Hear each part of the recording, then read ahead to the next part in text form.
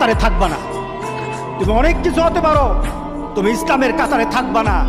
সুতরাং আমার রাসূলের কথা হলো তওবা তো তখন পর্যন্ত। আমার আল্লাহ বলেছেন লাইসাতিত তাওবাতু লিল্লাযিনা ইয়ামালুনা সাইয়্যাত। একটা মানুষ পাপ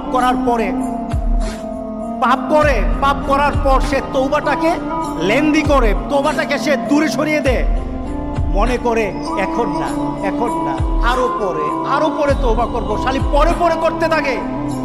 তার জন্য তওবা নাই। হাত্তা ইদা হাদরা আহাদাহুমুল মাউত, যখন মৃত্যুর দুয়ারে চলে যায়, যখন সে ইনসেপ্টিকেরিয়াতে চলে যায়, যখন সে বিভিন্ন ধরনের আইসিইউতে যায়, তখন বলে ইন্নী তুবতুল আন, এখন তওবা করতেছি। আল্লাহ বলেন এটা আমার কাছে তওবা না।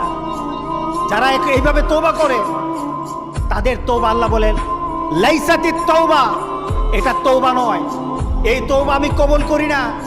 রাসূল সাল্লাল্লাহু আলাইহি সাল্লাম বলেছেন মা লাম ইয়াতাগারগির, যখন গড়গড় আরম্ভ হয়ে যাবে তখন আর তওবা কারো কবুল করা হবে না। গোটা পৃথিবীর মধ্যে কিন্তু গড়গড়ার পর্যায়ে চলে আসছে।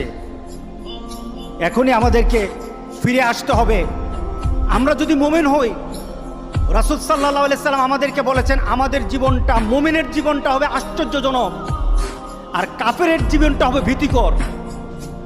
আমরা আশ্চর্যজনক জীবনের কথা রাসূল বলেছেন। কিভাবে? ইন আমারাহু কুল্লুহু লাহু খায়র, এই মুমিনের প্রত্যেকটি জিনিস হলো কল্যাণকর, প্রত্যেকটি কাজ তার মঙ্গলের জন্য। যখন সে লাইসা যালিকা লিআহাদিন ইল্লাল মুমিনিন, এটা শুধু মুমিনদের জন্য হয়ে থাকে। প্রত্যেক